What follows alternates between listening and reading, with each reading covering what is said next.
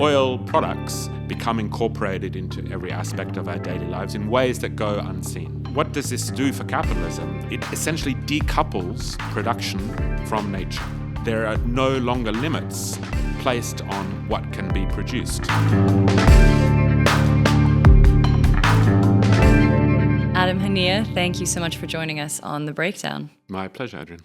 I'd love if you could just start off telling us a bit about yourself and your work.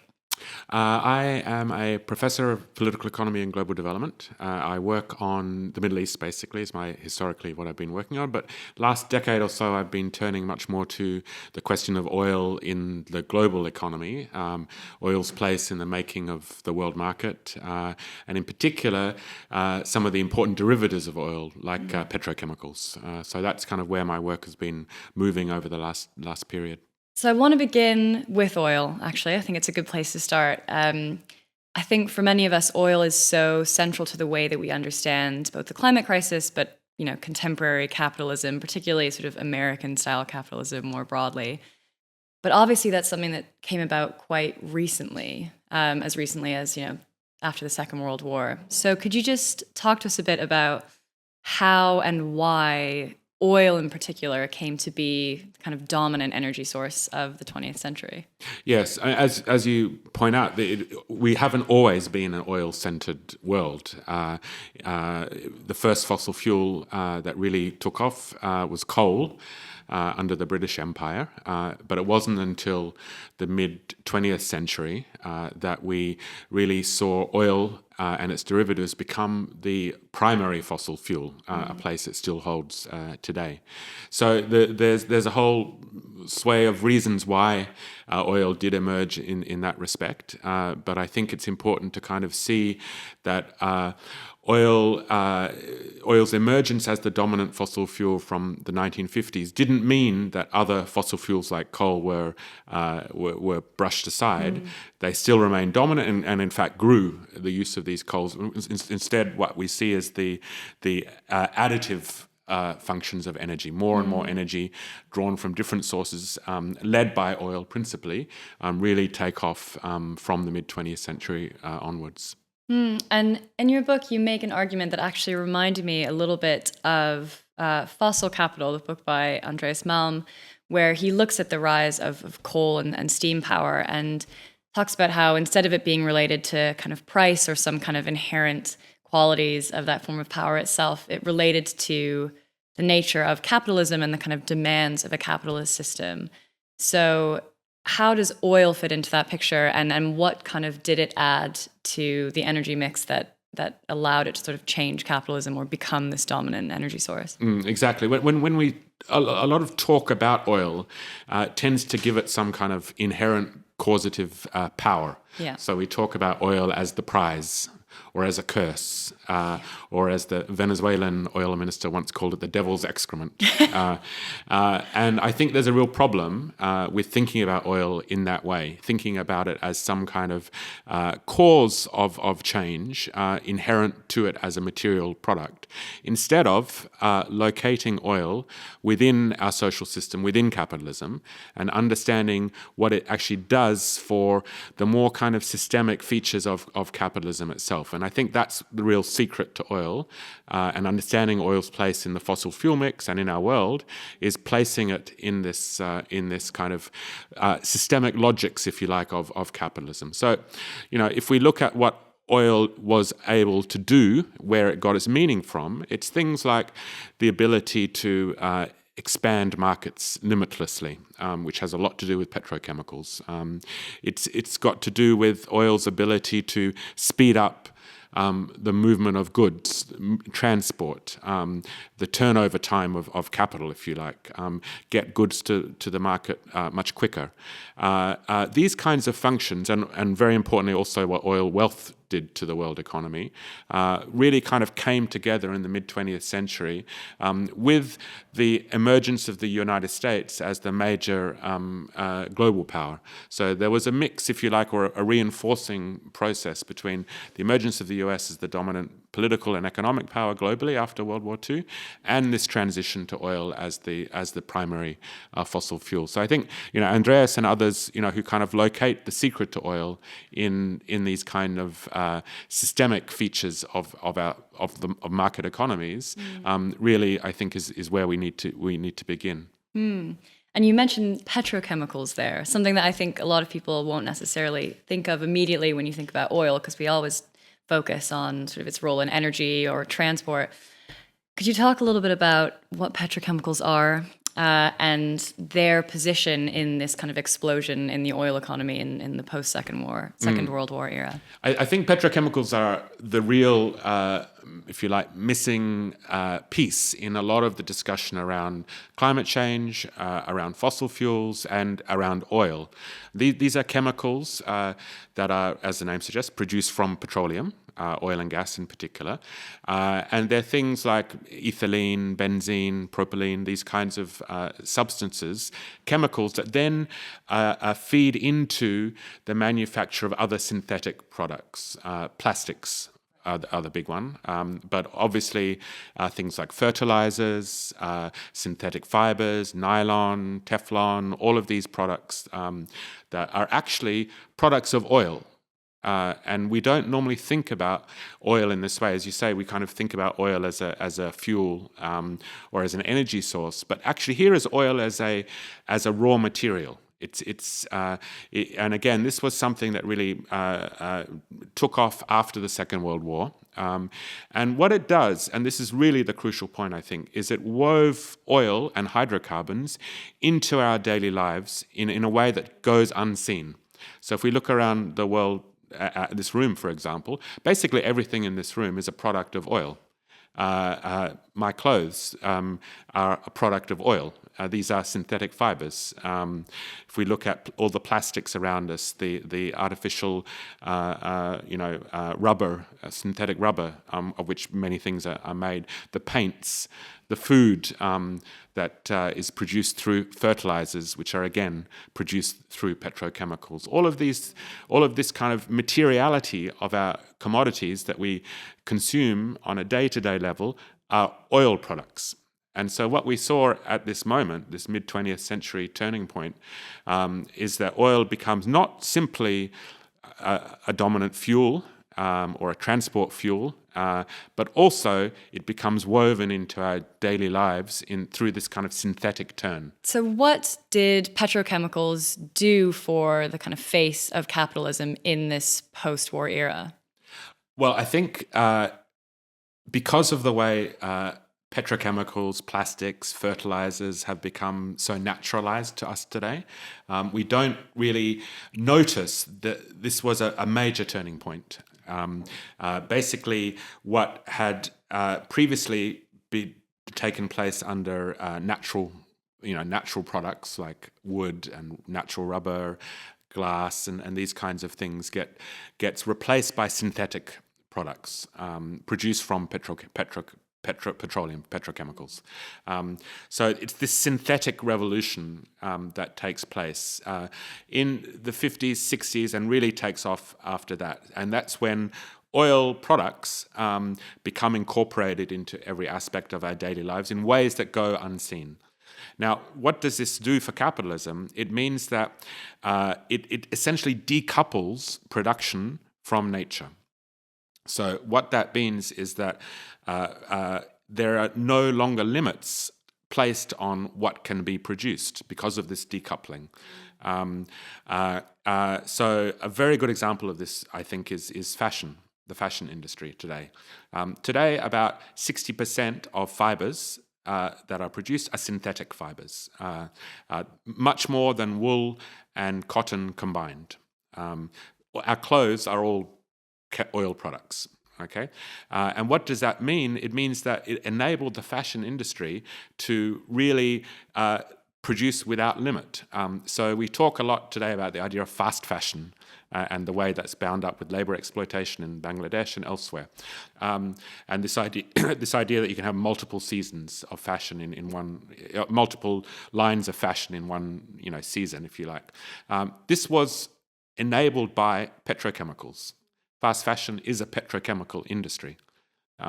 So I think, if you look at graphs of the production of clothing, and you see this kind of great, speed up that takes place basically from the 1980s, it's because synthetic fibers were introduced into the production of clothes. The other thing that petrochemicals did, and plastics, was that it enabled the speed up of production, because in the 1950s there was something called thermoplastics that were invented. Thermoplastics are basically plastics that become moldable when they're heated. So it meant that you could basically switch on a machine, put the right mold in, put your plastic in there, and produce unlimited amounts of quantities without much human labor. So all of these things that we associate with the inner functioning of capitalism, the speed up of production, the unlimitless growth, the expulsion of human labor, were enabled by this shift to petrochemicals. So again, foregrounding this synthetic turn, I think, is really essential to tackling oil. You write about work from the International Energy Agency suggesting that petrochemicals and this kind of demand for plastics in particular, and packaging, which is the single sort of largest end use of petrochemicals or plastics, I suppose, in general, how that's going to be, I guess, a primary driver going forward as we look towards a transition, ideally, hopefully, away from fossil fuels for energy sources. I want to come back to that at the end when we think about, strategy for taking on big oil and thinking about a sort of clean energy future. But I want to take a step back for a bit into the kind of mid-20th century history that you write about. And I want to talk about the sort of oil shock of the 1970s. I think that's often held up as this kind of a big plot point in the story of American capitalism. But you write about the fact that I think the way that we understand the 1973 kind of oil shock misses a trick a little bit and kind of doesn't fully capture the nature of power at that time and exactly what the implications of that shock were. So could you walk us through a kind of alternative reading of the 1973 oil crisis?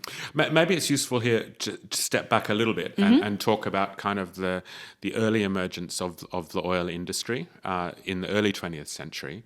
I mentioned the link between the rise of the United States as a dominant global power and oil, which we really kind of see manifest in post-Second World War. But the US was the first place where this coal to oil transition, as it's described, took place. And it took place much earlier than anywhere else in the world. It took place in the early years of the 20th century, early 1900s, where oil begins to emerge as a rival to coal and eventually becomes the leading fossil fuel. And at that stage, the world oil industry was basically controlled by a very famous set of companies called the Seven Sisters. These were seven big Western oil firms, 5 of which were American oil firms. 2 of them, one was eventually what became called BP, and another one was Shell, what we know as Shell today. So, but there were also 5 American firms: ExxonMobil, Chevron, which is what we call them today. They weren't called that back in the day. So these 7 sisters, they dominated the world oil industry, and the secret to their power was that they were highly vertically integrated. So they didn't just control crude oil. They actually controlled the turning of oil into useful products.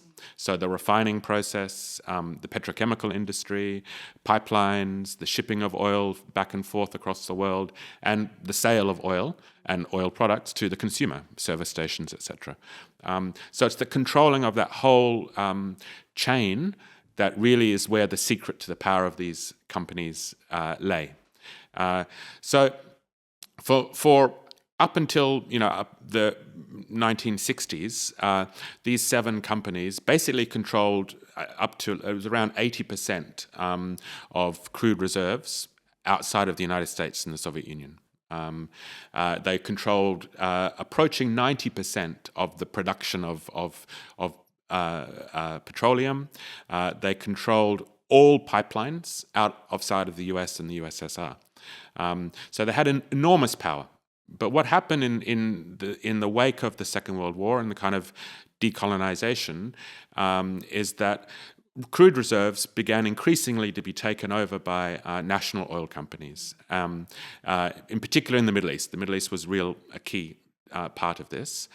So Saudi Arabia, Kuwait, Iran, Iraq, and other states basically nationalized their oil over the 60s and 70s. And what that enabled them to do was to take control of the pricing of oil. Because prior to this moment, the Seven Sisters had controlled the price at which oil was sold. So this was really the underlying feature, if you like, of the price spikes in the 1970s. So 1973 was the first oil shock. And then again, 1979, 1980, another oil price shock associated with the revolution in Iran. So these oil price shocks, I think there's a tendency to kind of read them as like a cause. Firstly, there's a lot of myths about them. One is that they were caused by an OPEC embargo, which is not true. It wasn't an OPEC embargo. There were some Arab OPEC members who did institute a short-lived embargo, but that wasn't the underlying reason for the spike in prices. It had much more to do with this fundamental change in the ownership and control of the crude reserves that took place because of the nationalization. And the other thing that's I think problematic with the way that the 1970s is thought about is that oil is seen, or that we kind of read it in the aggregate. We talk about, the long queues of in front of petrol stations. We talk about the inflation and the suffering of the Western consumers, which is true. All of this did take place. But actually for Western oil companies and those Seven Sisters, it was a really fortuitous outcome because they controlled still the downstream. They controlled the refining and the sale of oil products, and they did what any, the logical thing which you would expect of them. They raised the price of those things, such as gasoline, petrol, etc., and they made a lot of money. They became, the most profitable firms in Western economies. So this was a really fortuitous moment for those Seven Sisters. And in terms of the sort of nationalization of the sort of crude oil reserves, how did that then work in terms of, countries within the Middle East, for example, having control and ownership of those reserves while still operating with these Seven Sisters, these kind of other international oil companies? And how did those transactions take place? And what was the kind of impact of that change in terms of the way that sort of finance and money kind of flowed in the global economy at that time? Yeah. The other thing that took place in the 1970s, and it was closely associated with the rise in the oil prices that took place in that decade, is that the countries like Saudi Arabia that were now actually owned and controlled their own crude reserves and were selling those reserves on the world market, they were accumulating a lot of money because of the sale of this oil. And we call that money, or it became known as petrodollars. So these are just dollars, but they're dollars that you get from selling crude oil. And these states made trillions through the sale of oil through the 70s because they were both controlling the crude reserves and oil prices were high. So the question then became what to do with those petrodollars, or what happened to those petrodollars. Some of it went to kind of local development, building of economies in the Middle East. But a big part of it was actually recirculated, or it's called recycled, through the rest of the global economy. And it was at this moment that the US really was becoming, as I said, the dominant power, and it was also becoming the dominant foreign power in the Middle East. So it attempted to build very strong connections with the Gulf states, Saudi Arabia at the peak, at the forefront of these. So what the United States did was it basically guaranteed the survival of these unpopular and autocratic monarchs in the Gulf. And in return, the petrodollars that were accruing in the region were essentially recycled through US-dominated financial markets. So they were invested in US Treasury bonds, for example. Oil became priced in US dollars, which it wasn't always the case. There was before that oil was actually priced. Some of oil sales were priced in sterling, British sterling. But pricing it in US dollars meant that countries had to kind of accumulate dollars to trade in the world's most important product.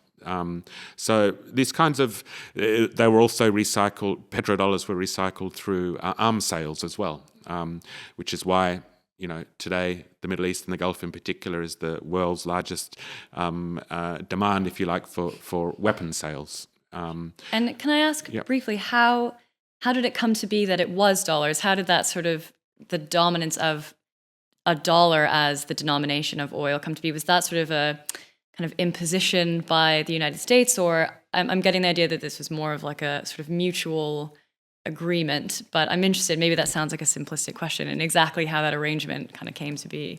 Yeah, I mean, it's this moment has a lot to do with the kind of liberalization of finance that took place from the 70s onwards, and in particular the break of US dollars. US dollar was the dominant global currency after World War II. That was part of the kind of Bretton Woods arrangements that emerged after World War II. But it was pegged to gold. The US dollar was pegged to gold. But in the early 1970s, that peg was broken apart. And the US dollar was basically allowed to float, and this is why it became very important for oil to be priced in dollars in this kind of way, and for the US to think about recycling the money that was accumulating in the Gulf and other states into US financial markets. So there were very kind of, I mean, the documentary evidence of this is still being unearthed, but I mean, it's quite established that there were actually concrete agreements made between the Nixon administration and Saudi Arabia to recycle Saudi financial surpluses into US Treasury bonds. There was a whole range of arrangements around the sale of weapons and other kinds of agreements between the US and the Gulf states. And there was a real concerted effort for the US to insist that oil be priced in US dollars. As I said, 20% of oil sales prior to that had been taking place in sterling, and actually that was really important for the British economy at the time to have that sterling, sterling zone, if you like, connected to oil. So basically what happened is that the US or Saudi Arabia, imposed on OPEC, Saudi Arabia being the dominant OPEC producer, the pricing in dollars. And in return, actually, Saudi Arabia got an individual seat on the IMF, International Monetary Fund. So if you look at the list of countries that have individual seats, the United States, Germany, and so forth, and then you see Saudi Arabia, and it's kind of like, how did Saudi Arabia become, get this position? Yeah. It occurred in the 1970s through this arrangement around oil and the US influence in both the IMF and also its relationship with Saudi Arabia. Right. Okay, we've talked about petrodollars. I'm going to throw another type of dollar into the mix, because I think it's really tied up in this, and particularly the question around the way that this reshaped the kind of liberalization of finance around this time.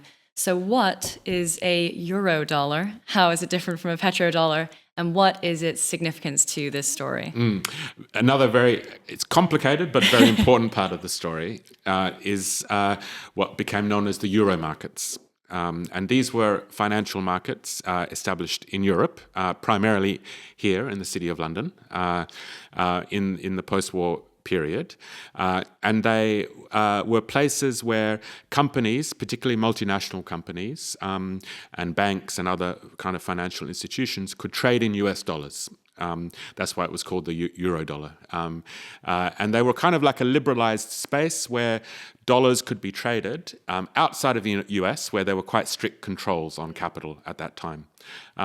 So this is really important because the British had this long-standing relationship with the Gulf states. The British were the dominant colonial power in the Gulf through the 19th and early 20th century. It was British banks that were first established in the Gulf in the early 20th century. It was the money that rulers in the Gulf, the various kings and monarchs in the Gulf, they kept their money in British sterling, and in British banks, and those banks were domiciled in London. So there was kind of this, seamless connection. With the emergence of the euro markets, that became the space where the petrodollars were also invested. A lot of the petrodollar flows were invested into the euro market, into the City of London. So there's kind of like this kind of importance of colonial history translated at that moment into the enduring kind of relevance of the City of London within the broader US financial system. So the Eurodollars, again, they're just dollars, but the euro markets were markets where banks and other companies operated. Petrodollar surpluses were placed in the euro markets. And very, very importantly, what happened is that because of the oil price rises globally happening in the 70s, many countries that were like newly independent states, Egypt and Mexico and various kind of states that were trying to build their own industrial policies, attain their independence, were also faced with high oil prices. So you have countries that are like in the so-called third world at the time, who have these high oil bills. Oil is really crucial to the industrialization of these states, and they do the only option they have is basically to go to banks that were operating in the euro markets and borrow money. So in this way, this is another route of this petrodollar recycling coming through the euro markets into third world states that are borrowing money. Their debt levels are increasing, and this is a real kind of clear line between oil, the price rises, these debt flows, and then what becomes known as the debt crisis or the lost decade of the 1980s. I actually wanted to just ask about that. So we know that after this period of inflation, we get the Volcker shock, which the story that's typically told is that, Paul Volcker, who is chair of the Federal Reserve, comes in and says, to tackle inflation, I need to sort of astronomically raise interest rates, which obviously precipitated a kind of crisis on these debts that were sort of denominated in US dollars and sort of pegged to the interest rates. So can you talk about that experience and the way that then paved the way for the kind of neoliberal revolution that sort of came afterwards, and how oil fits into all of that? Yes. So the recycling of petrodollars or these financial surpluses that the Gulf states in particular are accumulating, and they're basically placing these surpluses in Western banks, Anglo-American banks in places like the City of London, in the euro markets. So these Anglo-American banks become the principal source of loans to third world states who are also reeling from the oil price shocks and kind of the stagflation of the time, high inflation and low growth. and you're right. The Volcker shock is a real turning point, which is the raising of U.S. interest rates, and because the loans are denominated, loans that third world states are taking out are denominated in U.S. dollars, and they're variable rates.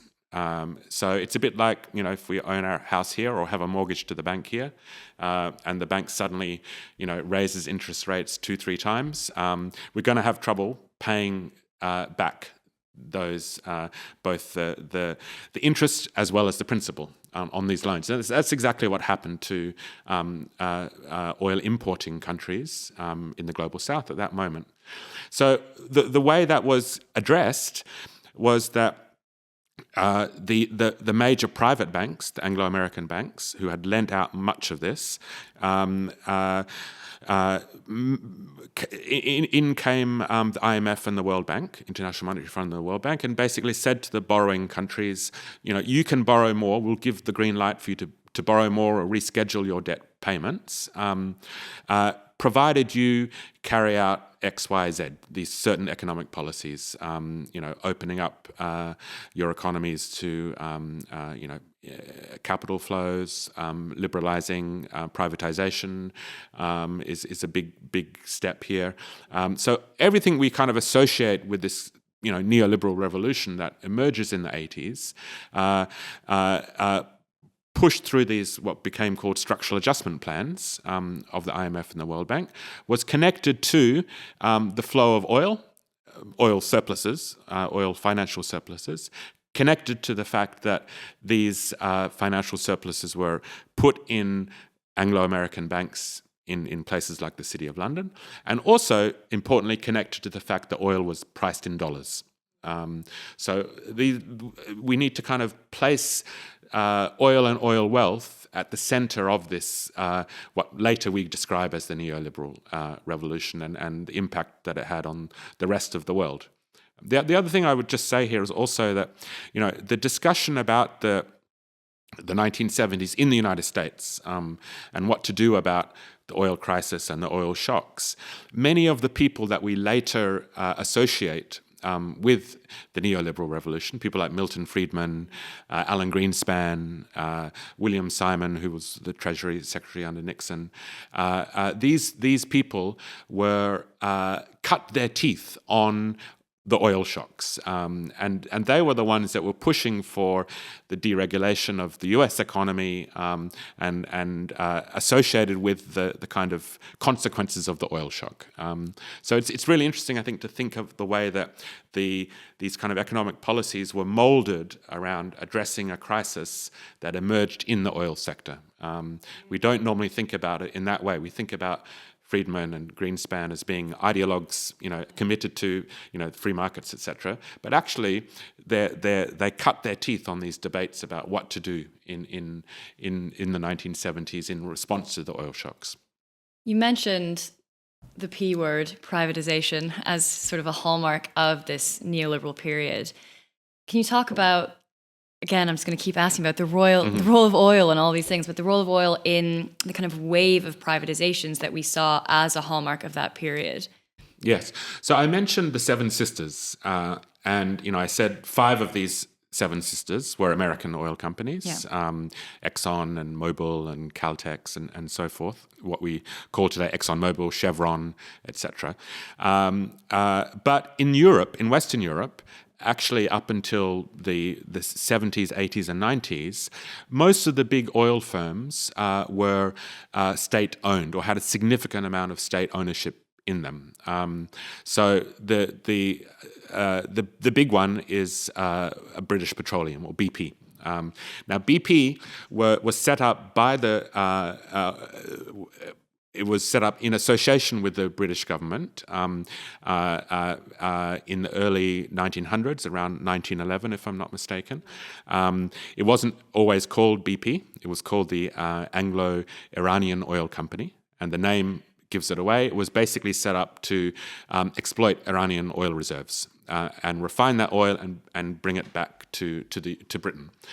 Churchill was a big proponent of this company and really saw it as central to the British military because at that stage the military was transitioning to oil or petroleum as a fuel for ships and other kinds of things. So he saw very clearly the importance of oil as a military, powering militaries. So this BP was state-owned. Back in the day, Anglo-Iranian Oil Company later changed its name to British Petroleum in the 70s, and then it was state-owned up until the late 1977. I think was when the first kind of privatization took place. Actually, under a Labour government here. Callaghan, right? Callaghan, Yeah. yes. So basically, at that moment, again, this was the moment of stagflation, stagnant growth, high levels of inflation. The British government under Callaghan, under the Labour Party, is trying to find a way out of this. They hit on the idea of privatising or part privatising British Petroleum. So they floated on the stock market. And it's really, again, I think quite remarkable the way that this privatization of oil companies underpinned the kind of the wave of privatization that then took place in Europe in through the 80s and 90s. So if we look at just BP, eventually all of BP gets sold off in different phases, and it was started by Labour but really continued under Thatcher. About more than 40% of the privatisation proceeds that were taken in by the British government under Thatcher came through the privatisation of oil. So you really see like the so-called success of privatisation was based upon the sell-off of oil companies. So it started in Britain, but then it took place again in France. The shift to kind of so-called shareholder capitalism, etc. Privatization was a process that was driven primarily by the sell-off of oil companies. So there were a couple of big French oil companies, Elf and Total. Now those companies eventually were sold off and merged, and today is called Total Energies. It's a huge Western multinational oil company. In Spain, Repsol, the Spanish oil company, similarly went through privatization. In Italy, Eni, again, a major important Western oil company, led the privatization process in Italy. So it's really, I think, weaving oil into the story of how privatization actually gathered speed through these decades, I think is really kind of a hidden history of how the neoliberal project was pushed forward through these decades, the 80s and the 90s. And around the same time as this is all happening, we get a change as well in the way that oil is priced and sort of traded. So for a long time, you write about how OPEC or just kind of direct contracts between the Seven Sisters and sort of customers were able to set the price of oil. But around this time, with the kind of liberalization of financial markets and all those kinds of changes, you get what's called the spot market. So can you talk to us about spot markets, what they are, how they work, and how they've sort of changed the nature of the contemporary oil economy? So for most of the history of oil, certainly under the period under the domination of the Seven Sisters, oil was what's called administratively priced. In other words, the price was basically set by the dominant producers. So under the Seven Sisters, they essentially owned the oil reserves in places like Saudi Arabia.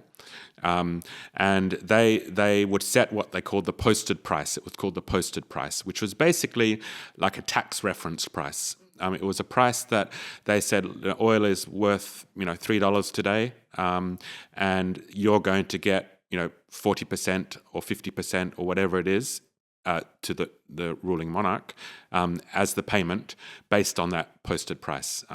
Now, because these Seven Sisters were vertically integrated, they were able to, they paid this kind of royalty or tax to the ruling governments, but they got the crude oil, then they processed it in their own refineries, they sold it in their own marketing networks, they shipped it in their own tanker fleets, and they were the ones that basically controlled oil from its pulling it out of the ground to putting it into the automobile tank.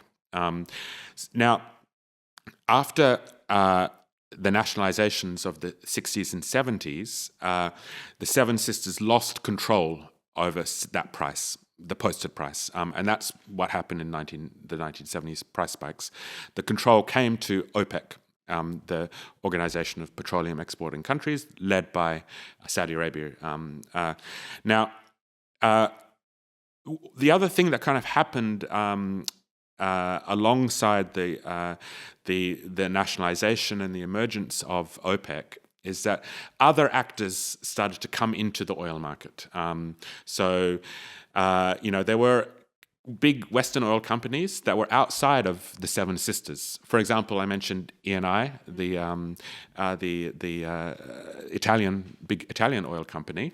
That wasn't part of the Seven Sisters. In fact, the term Seven Sisters was invented or coined by Enrico Mattei, who was the head of Eni.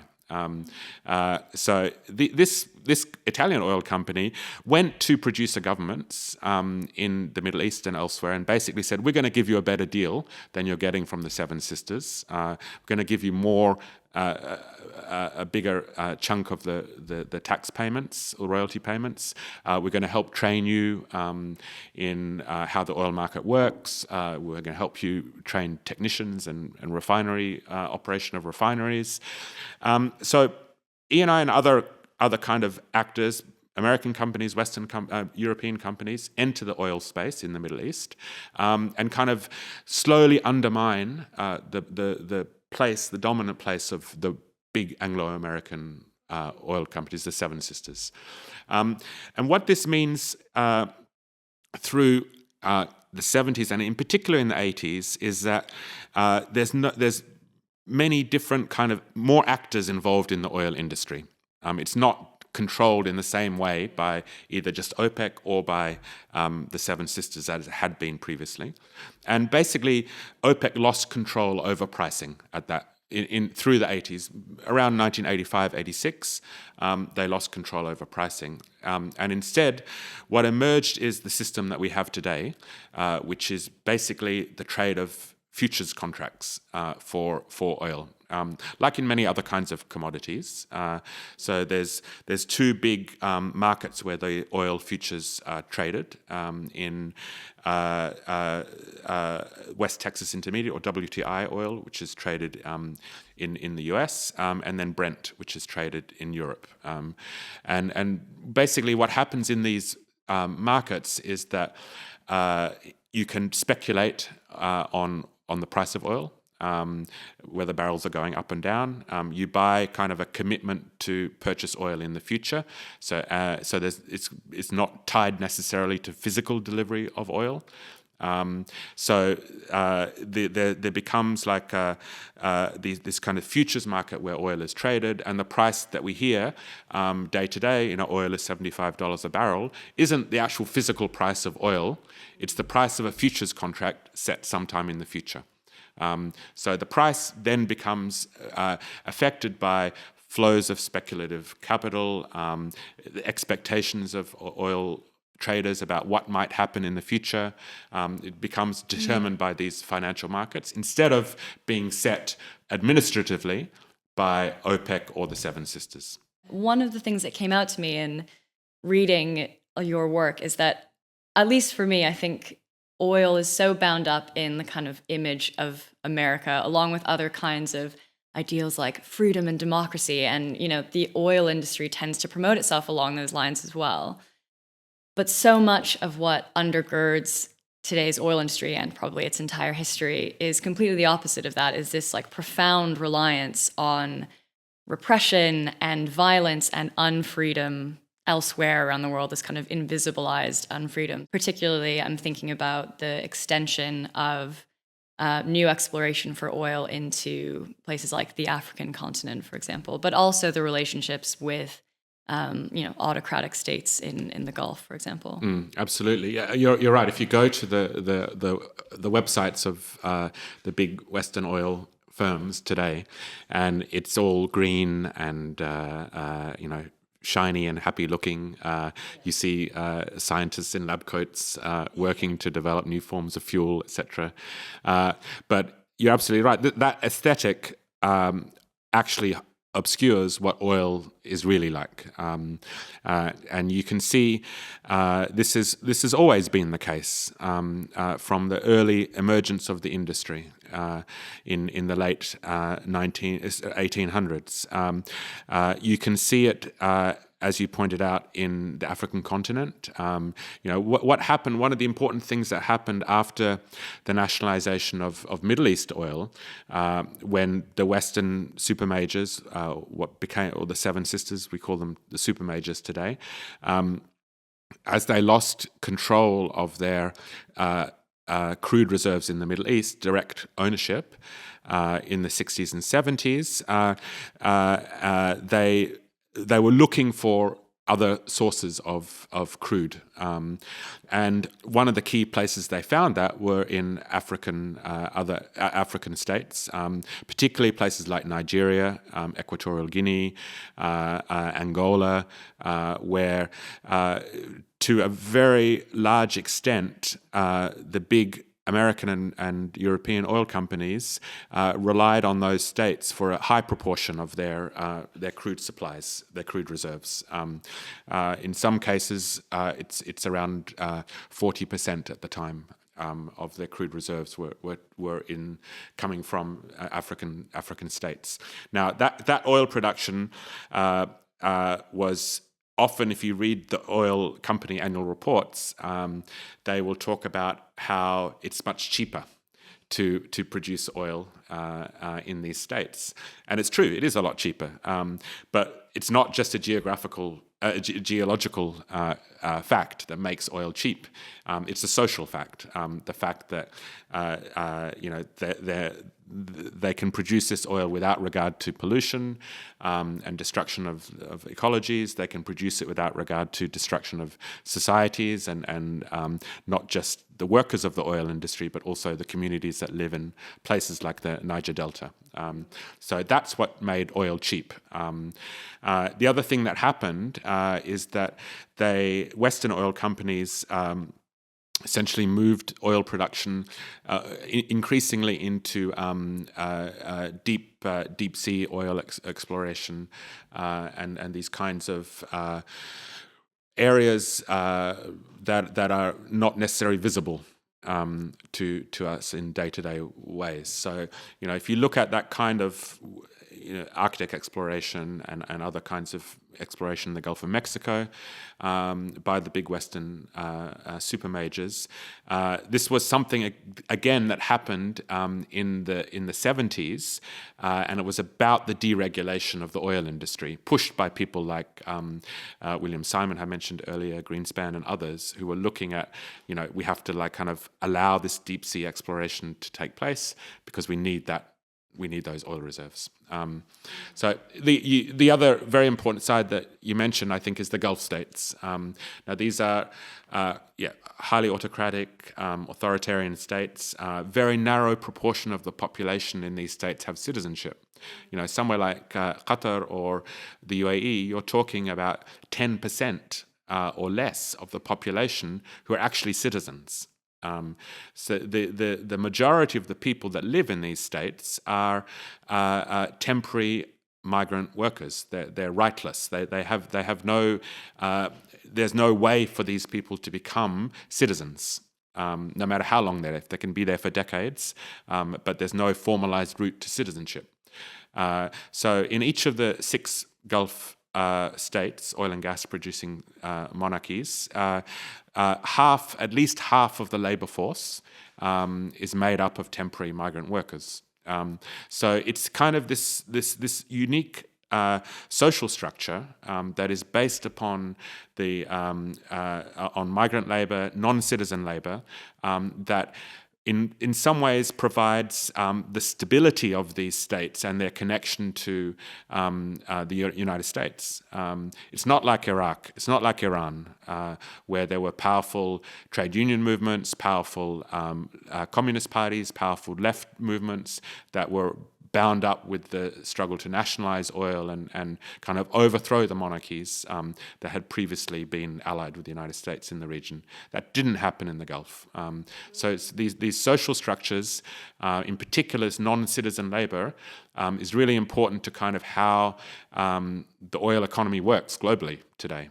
Because any protest, any strike, these workers are simply deported, put on a plane and sent home, and legally so. It's legal to do so. So it's this kind of distinctive social structure that underlies how oil operates today. And sticking with that theme of how it operates today, and particularly with, I guess, the Gulf being at the helm of this, there's been, I think, an interesting pivot, at least rhetorically, among some of the sort of representatives of these states toward kind of taking the reins of the sustainable kind of green energy future. And you definitely see that in the sort of UN COP process, the Conference of the Parties, the big climate negotiations, which were held last year in Abu Dhabi and chaired by Sultan Al Jaber, who was the head of, one of the world's leading oil companies, and an oil company that's projected to be absolutely dominant by 2050. So what do you make of this pivot, and what is its significance critically for, I guess, strategy going forward for anyone who is concerned about the climate crisis, about climate justice? What are we working with in terms of how the oil firms that will be important going forward are thinking about this problem and thinking about their future and their sort of longevity? So if we go back maybe 20 years ago and we look at how did the oil industry, as awareness about climate change is emerging, how did the oil industry respond? And at that moment, companies like ExxonMobil, Shell, and so forth were really engaged in kind of obfuscation. They were trying to muddy the waters and say, like, climate change is, it may be true, it may not be true. We have to kind of assess the science. Exxon knew about the climate effects many years ago. Their own in-house scientists had predicted with uncanny accuracy actually the effect on global temperatures during the 70s. Now, what happened is this kind of climate change denialism is no longer kind of the modus operandi of the big oil firms. Instead, they're moving towards this kind of what I and others have called savior technologies. Things like carbon capture or hydrogen. And what they're basically arguing is that if we can invest in these technological solutions, it will allow us to keep producing oil and gas and coal and other things, but we'll just kind of sequester the carbon and use other kinds of energy sources as well. And so that's kind of where the oil industry as a whole is going. And the Gulf states have really become a leading voice in this. In particular, Saudi Aramco, which is by far the largest oil company in the world today, by all metrics. It's a huge firm. Companies like Abu Dhabi National Oil Company, ADNOC, which was chaired, who's run by Sultan Al Jaber, who was as you pointed out, the chair of the COP28.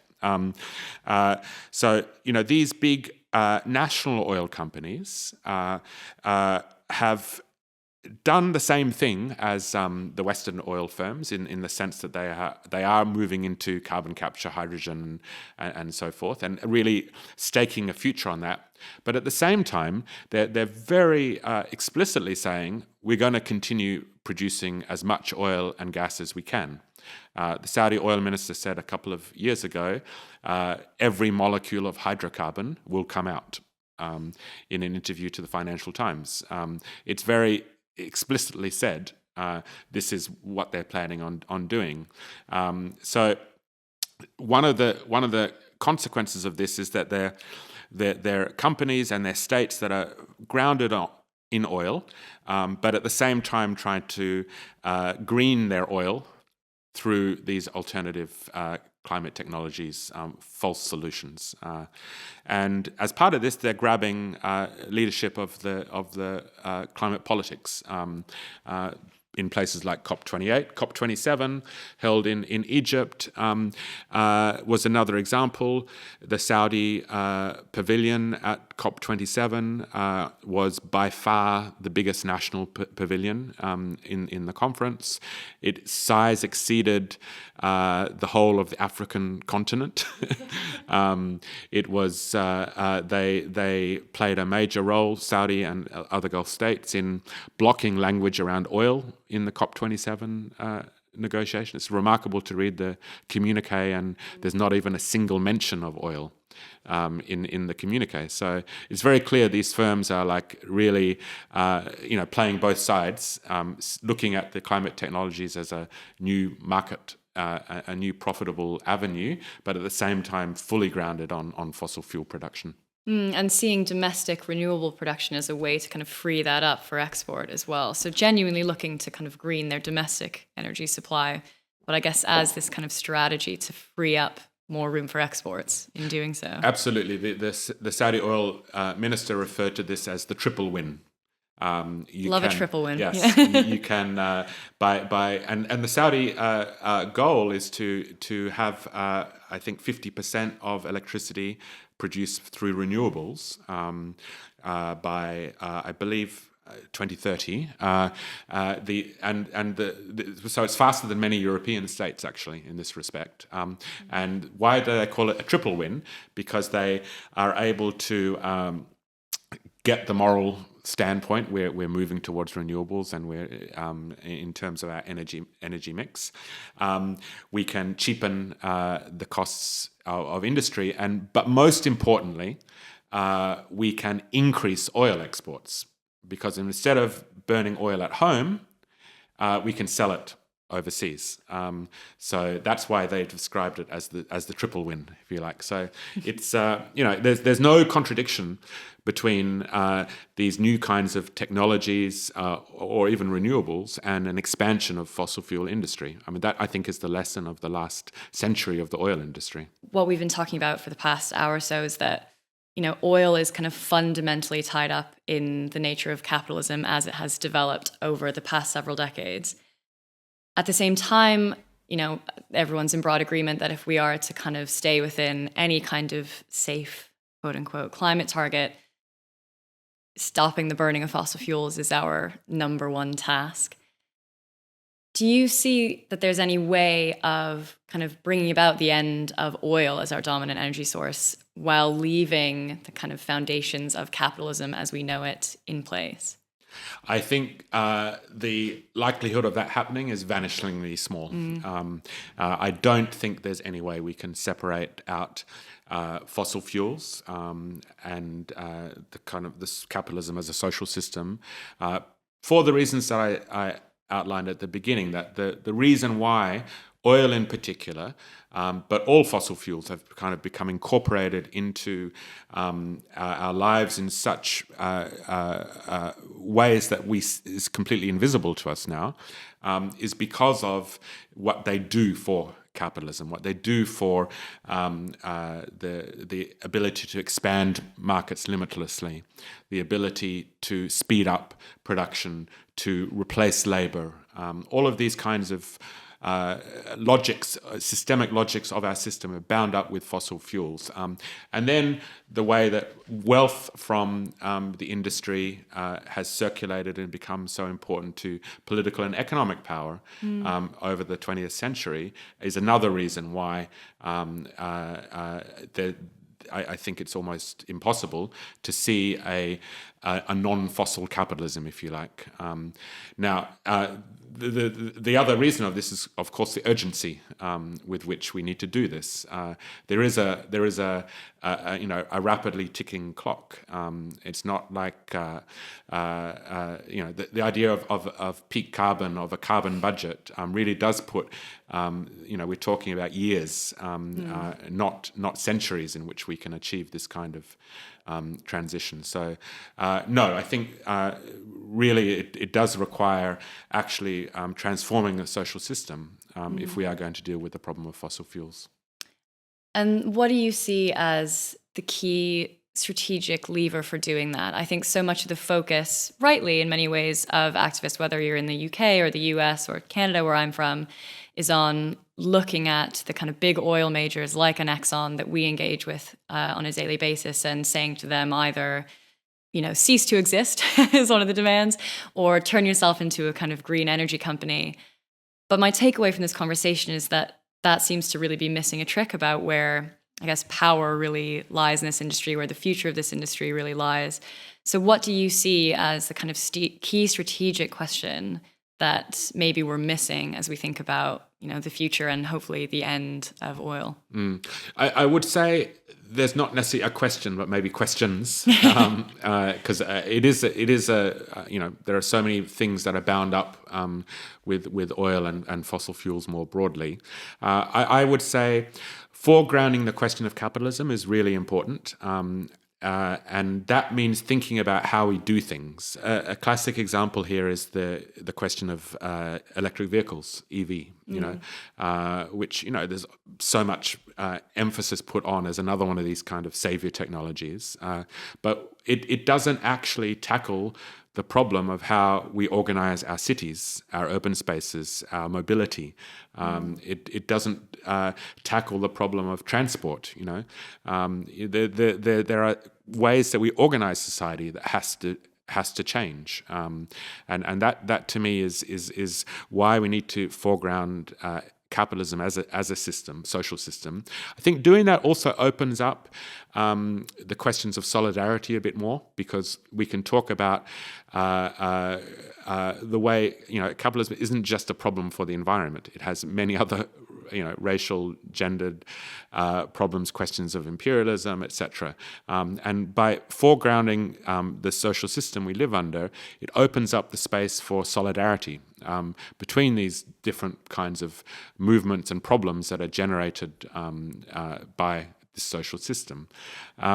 So that's one thing I think really needs to be done, and I think there's ways of doing this in how we what kind of demands we are put forward, etc. I think the second thing is rejecting some of the kind of obfuscation that takes place around oil in particular, seeing that oil isn't simply a question of what we put in our cars. It's also a question of this synthetic turn that happened in the mid-20th century. It's a question of finance. It's a question of how oil is built with political and economic power.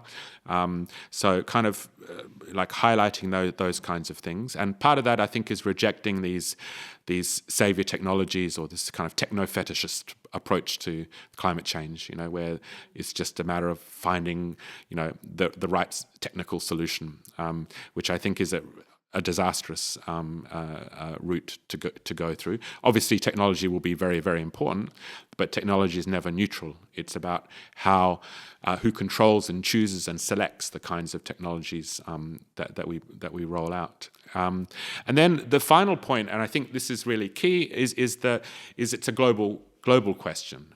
It's not just an issue of the ExxonMobils, the Chevrons, the BPs.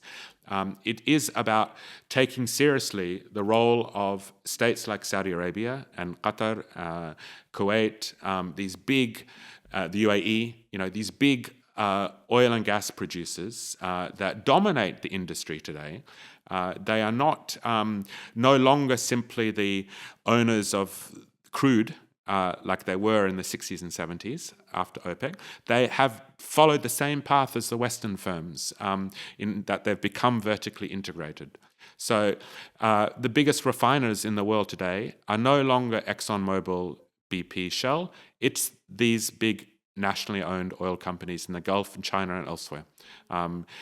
They control the shipping lines, they control the marketing, they control increasingly the petrochemical industry. So we need to take these states and their oil companies seriously as climate activists. I think too much of the climate debate in the West ignores completely the place of these states. The reason why I think it's important, it's not just a matter of, putting Saudi Aramco alongside the list of oil companies that we hate. It's actually about understanding the way that the Gulf states were incorporated into American power through the 20th century, and the politics of the Middle East are indelibly bound with the position of these states as well. So climate activists need to take the politics of the Middle East seriously as a climate issue. It's not just a question of what these companies are doing and producing. It's about the place of these states within the Middle East as a whole. So again, thinking about these things in a global sense, I think, is really crucial. Great. I think we'll leave it there. Adam Hanieh, thank you so much for joining us on The Breakdown. Thank you, Adrienne.